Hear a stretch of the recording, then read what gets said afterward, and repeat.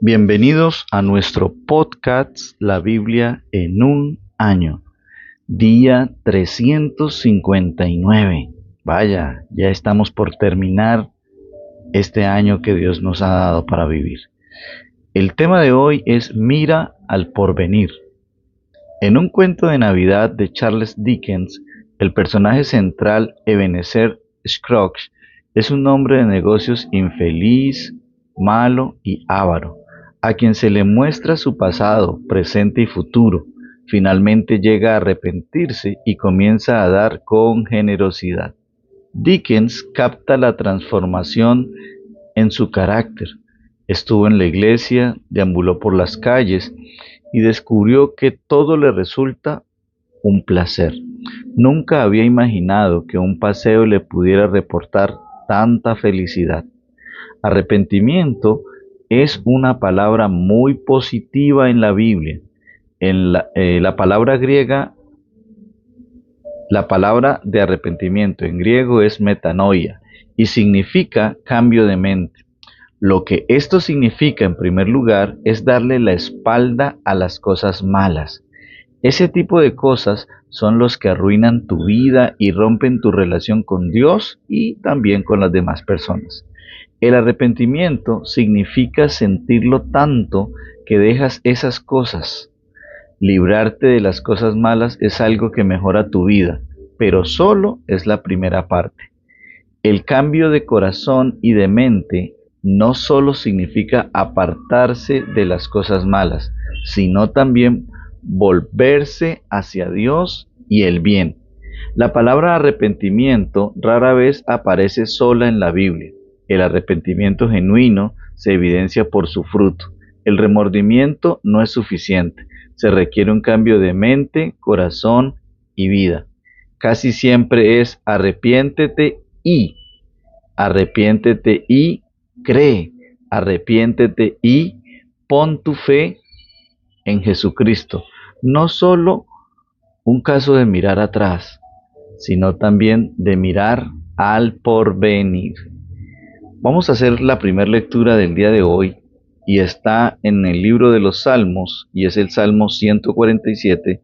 Vamos a leerlo desde el versículo 1 hasta el versículo 11 y vamos a leerlo en la palabra de Dios para todos, PDT. Canten agradecidos. Aleluya. Qué bueno es entonar canciones de alabanza a nuestro Dios. Qué placentero cantar alabanzas a su nombre. El Señor reconstruye a Jerusalén y reúne a los desterrados de Israel. Sana a los que tienen roto el corazón y venda sus heridas. Él determina el número de estrellas y a cada una las llama por su nombre. Nuestro Señor es grandioso y grande es su poder. Su conocimiento no tiene límite. El Señor apoya a la gente pobre y derriba por el suelo a los perversos. Canten agradecidos al Señor.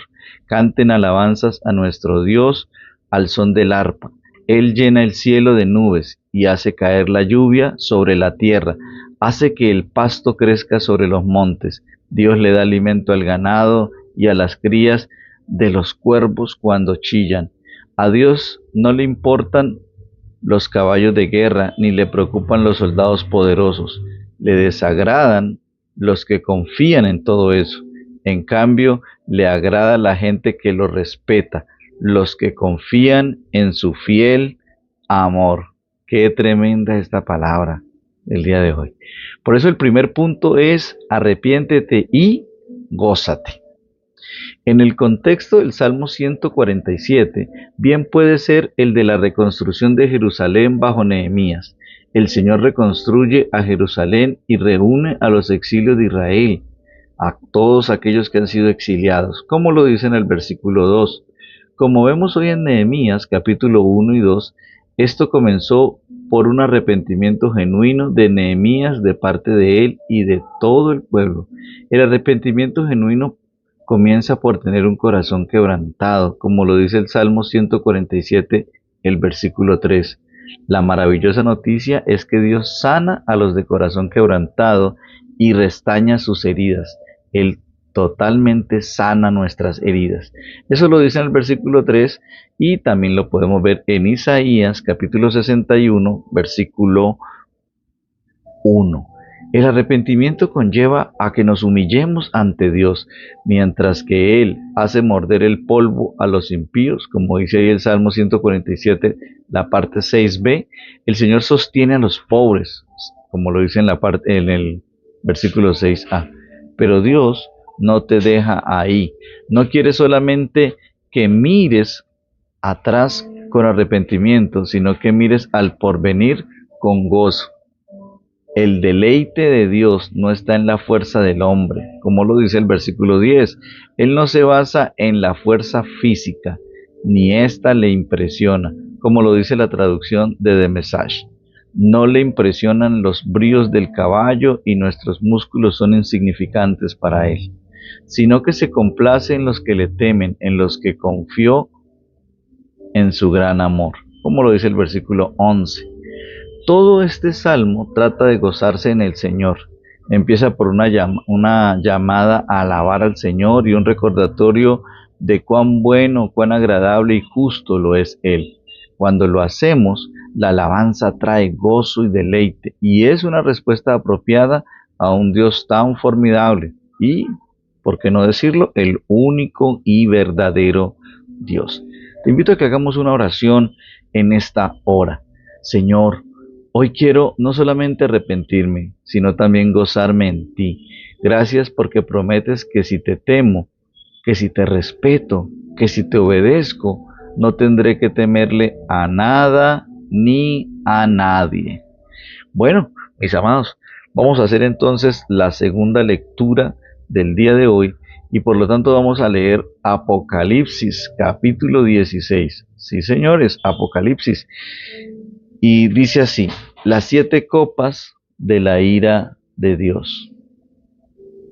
Luego oí una fuerte voz que venía del templo y les decía a los 7 ángeles, vayan y derramen sobre la tierra las 7 copas de la ira de Dios.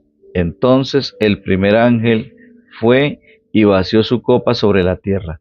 A todos los que tenían la marca de la bestia y que adoraban su imagen, les salieron llagas terribles y muy dolorosas. Después, el segundo ángel vació su copa sobre el mar.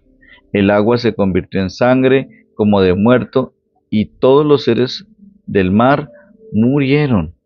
El tercer ángel vació su copa sobre los ríos y los manantiales, y se convirtieron en sangre. Entonces oí al ángel de las aguas que le decía a Dios, tú eres el que es y has sido siempre. Tú eres el santo y eres justo al hacer justos juicios. Ellos derramaron la sangre de tu pueblo santo y de tus profetas. Ahora le diste sangre para que bebieran. Eso es lo que merecen. Oí también una voz que venía del altar. Dijo esto, sí, Señor Dios Todopoderoso, tus juicios son correctos y justos. Después el cuarto ángel vació su copa sobre el sol, y el sol recibió el poder para quemar a la gente con fuego. Los seres humanos sufrieron grandes quemaduras, pero no cambiaron su forma de pensar ni de vivir. No honraron a Dios, quien había mandado esas plagas, sino que maldijeron su nombre. El quinto ángel vació su copa sobre el trono de la bestia, y su reino se oscureció. La gente se mordía la lengua de dolor, pero no sintieron remordimiento por sus pecados, ni dejaron de hacer maldades, sino que por sus dolores y sus llagas maldijeron al Dios del cielo. Luego el sexto ángel vació su copa sobre el gran río Éufrates, y el agua del río se secó. Así se preparó el camino a los reyes que venían del oriente. Después vi a 3 espíritus malos que parecían ranas. Salieron de la boca del dragón, de la bestia y del falso profeta. Estos espíritus eran de demonios que tenían el poder de hacer milagros. Salían a reunir a los reyes del mundo entero para la batalla del gran día del Dios Todopoderoso. Escuchen, voy a llegar de sorpresa como un ladrón. Afortunado el que se mantenga despierto y vestido, pues no tendrá que salir desnudo sintiendo vergüenza de que lo vean así. Entonces los espíritus malos reunieron a los reyes en un lugar en hebreo que se llama Armagedón. El séptimo ángel vació su copa en el aire, y del templo salió una fuerte voz desde el trono que decía, todo se acabó. Después hubo rayos, ruidos, truenos y un gran terremoto, el peor de todos desde que el hombre apareció en la tierra. La gran ciudad se partió en 3 y se destruyeron las ciudades de las naciones. Dios no se olvidó de castigar a la gran Babilonia y le dio la copa llena del vino de su terrible ira. Todas las islas desaparecieron y no quedó ninguna montaña. Sobre la gente cayó del cielo granizo que pesaba cerca de 40 kilos. La gente maldijo a Dios por esa tremenda tormenta de granizo. Qué tremendo esta palabra que podemos leer el día de hoy. El segundo punto es arrepiéntete y responde, ¿sí? Este debe ser uno de los capítulos más aterradores de toda la Biblia. Describe el juicio final. Estas son las últimas 7 plagas, como lo podemos ver en Éxodo capítulo 7 hasta el capítulo 10. Todo termina con el Armagedón, en medio del terrible juicio. Hay 4 cosas que deben reconfortarte. La primera de ellas es que Jesús está regresando. Cuidado, vengo como un ladrón. Dichoso el que se mantiene despierto con su ropa a la mano, como lo dice allá en Apocalipsis 16:15. Más adelante veremos en Apocalipsis todas las bendiciones que la segunda venida de Jesús te traerá a ti y a toda la creación. El segundo punto es que Jesús se encargó de tu juicio. Las palabras ya está hecho del versículo 17, según la versión Dios habla hoy, nos indican que una vez que este juicio final haya tenido lugar, todo se ha cumplido. Haciéndose eco de las palabras de Jesús en la cruz, como lo leemos en San Juan 19:30, nos recuerdan que Jesús cargó sobre sí mismo la ira de Dios por ti ahí en esa cruz y por mí.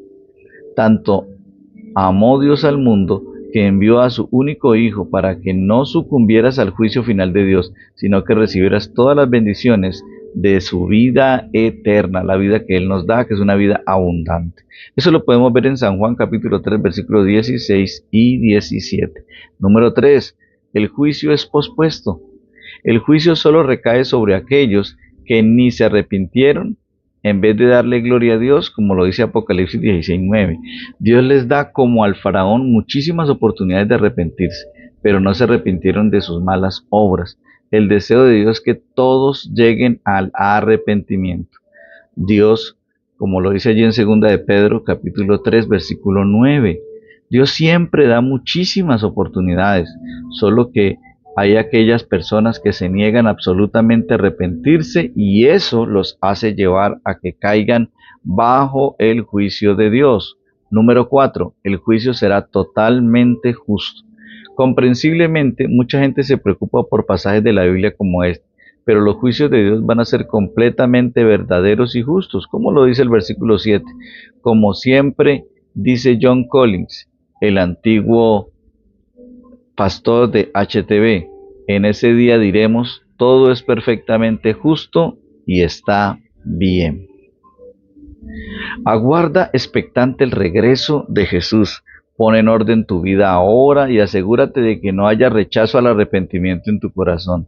Responde de la manera adecuada a estas advertencias y ayuda a todos los demás a hacer lo mismo. Quiero invitarte a que hagamos una oración especial. ¿Sí? Señor, gracias porque en la cruz cargaste con mis pecados por mí para que nunca tuviera que enfrentarme al juicio que está descrito aquí en la palabra. Gracias porque regresarás y pondrás todo en su sitio. Oro para que yo te glorifique en todo lo que piense, en todo lo que diga y en todo lo que haga. Gracias, Señor. Bueno, vamos a hacer la tercera lectura del día de hoy y vamos a leer lo que es Nehemías capítulo 1 y capítulo 2. Recuerda que seguimos en la palabra de Dios para todos. Oración de Nehemías. Estas son las palabras de Nehemías, hijo de Jacalías. Sucedió que en el mes de Quislú del año 20 del rey Artajerjes, estando yo en una fortaleza de la ciudad de Susa, llegó Hanani, uno de mis hermanos, junto con otros hombres de Judá. Entonces le pregunté por el resto de los judíos que habían escapado del exilio y que vivían en Judá. También les pregunté cómo estaba la ciudad de Jerusalén. Ellos me dijeron, los judíos que sobrevivieron al cautiverio están en graves dificultades y humillación. Las murallas de Jerusalén continúan derribadas y sus puertas consumidas por el fuego. Cuando escuché esto, me senté a llorar, lleno de dolor. Me sentí muy triste. Durante varios días ayuné y oré al Dios del cielo. Y le dije, Señor, Dios del cielo grande y maravilloso, tú eres fiel a tu promesa de amar a los que te aman y obedecen tus mandamientos. Yo, tu siervo, te ruego que escuche la oración que hago día y noche por tus siervos los israelitas. Confieso que los israelitas hemos pecado. Incluso mi familia y yo hemos pecado contra ti. Los israelitas hemos actuado muy mal ante ti y no hemos obedecido los mandamientos, órdenes y leyes que le diste a tu siervo Moisés. Te ruego que tengas presente el mandamiento que le diste a tu siervo Moisés cuando dijiste, si no son fieles, los dispersaré y los mandaré a vivir entre naciones extranjeras. Pero si regresan a mí y están dispuestos a obedecerme, entonces los reuniré de nuevo. No importa si se encuentran hasta en las tierras más lejanas, yo los traeré al lugar que he elegido para que se me adore.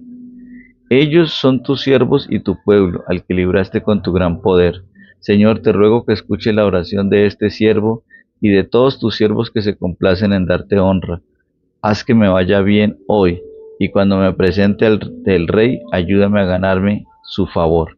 En ese tiempo yo era copero del rey. Capítulo 2. El rey envía a Nehemías a Jerusalén. En el mes Nisán, en el año 20 del rey Artajerjes, un día le llevaron vino a su mesa, y yo le serví al rey. Nunca antes había estado triste cuando estaba con el rey, pero ese día lo estaba. Así que el rey me preguntó, ¿por qué estás triste? No creo que estés enfermo, debe ser una tristeza del corazón. Sentí mucho miedo, pero aún así le dije al rey, que vive el rey por siempre. ¿Cómo no voy a estar triste si la ciudad en la que están enterrados mis antepasados está en ruinas y sus puertas han sido consumidas por el fuego? Entonces el rey me dijo, ¿cómo te puedo ayudar? Antes de responder, le oré al Dios del cielo. Entonces le dije al rey, si su majestad está de acuerdo y cree que este siervo suyo merece ayuda, le ruego que me envíe a Judá, a la ciudad de Jerusalén. Esa es la ciudad de mis antepasados y quisiera poder ayudar a reconstruirla. La reina estaba sentada al lado del rey y ambos me preguntaron, ¿cuánto demorará tu viaje? ¿Cuándo regresarás? Le dije exactamente cuánto me demoraría y el rey estuvo de acuerdo en enviarme a Judá. Así que le sugerí, si su majestad está de acuerdo, le pido que me entregue cartas dirigidas a los gobernadores de las provincias que quedan al occidente del río Éufrates, para que me dejen pasar libremente hasta que llegue a Judá. Le ruego que una de esas cartas esté dirigida a Saf, el administrador de los bosques del rey, para que me suministre madera para las vigas de las puertas del templo, para la muralla de la ciudad y para la casa en donde voy a vivir. El rey me dio lo que le pedí debido a que Dios estaba conmigo. Así que me presenté ante los gobernadores de la región al occidente del río Éufrates y les entregué las cartas del rey. El rey me había dado una escolta de caballería al mando de oficiales del ejército. Cuando Sanbalat el horonita, Tobías el siervo amonita, se enteraron de lo que yo estaba haciendo, se disgustaron mucho al saber que había llegado alguien dispuesto a ayudar a la gente de Israel. Nehemías inspecciona las murallas. A los 3 días de llegar a Jerusalén salí de noche a caballo. Acompañaba a algunos hombres, no le conté a nadie lo que Dios me había motivado a hacer por Jerusalén. Yo era el único que cabalgaba, el resto iba a pie. Atravesamos la puerta del valle camino a la fuente del dragón, pasamos luego por la puerta del basurero y revisé las murallas de Jerusalén que estaban todas derrumbadas y las puertas consumidas por el fuego. Luego me dirigí a la puerta de la fuente y al estanque del rey, pero cuando me acerqué me di cuenta de que el animal en que iba montado no podía pasar por ahí. Entonces durante la noche subí por el valle y revisé la muralla. Finalmente me di cuenta y me di vuelta, entré por la puerta del valle y regresé.